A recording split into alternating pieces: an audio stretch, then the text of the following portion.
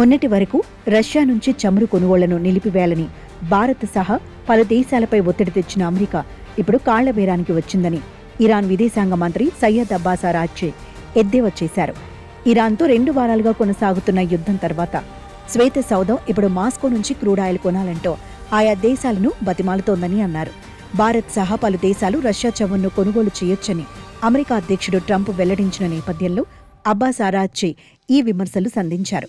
ఇరాన్పై America దాడికి మద్దతిస్తున్న Europe దేశాలపై కూడా Araghchi ఆగ్రహం వ్యక్తం చేశారు.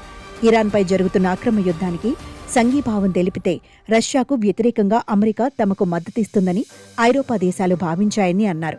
కానీ ఈ విషయంలో వారి అంచనాలు తప్పాయని పేర్కొన్నారు. మరోవైపు హర్ముజ్ జలసంధి విషయంలో ఇరాన్ విదేశాంగ మంత్రి అబ్బాస్ అరాగ్చి కీలక వ్యాఖ్యలు చేశారు.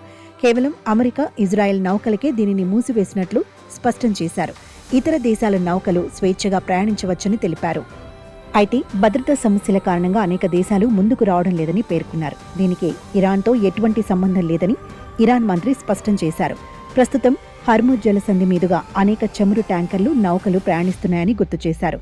హర్ముజ్ కృత్రిమ అడ్డంకుల కారణంగా చైనా, ఫ్రాన్స్, జపాన్ తదితర దేశాలు ఇబ్బంది పడుతున్నాయని, త్వరలో ఈ ప్రాంతానికి అవి తమ యుద్ధ నౌకలను పంపనున్నాయని ట్రంప్ ప్రకటించిన వేళ అరాగ్చి ఈ మేరకు వ్యాఖ్యానించారు. నూతన సుప్రీం లీడర్ ముస్తాబా ఖమేనీ ఇటీవలి దాడుల్లో గాయపడ్డారని, అమెరికా చేస్తున్న వాదనలపైన స్పందిస్తూ ఆయనకు ఎటువంటి సమస్య లేదని చెప్పారు.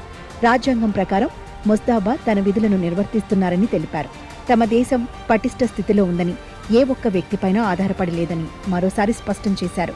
ఒకవేళ కీలక వ్యక్తులకు ప్రాణ నష్టం సంభవించినా తట్టుకోగలదని, ఇప్పటివరకు పరిస్థితి అంతా అదుపులోనే ఉందని తెలిపారు.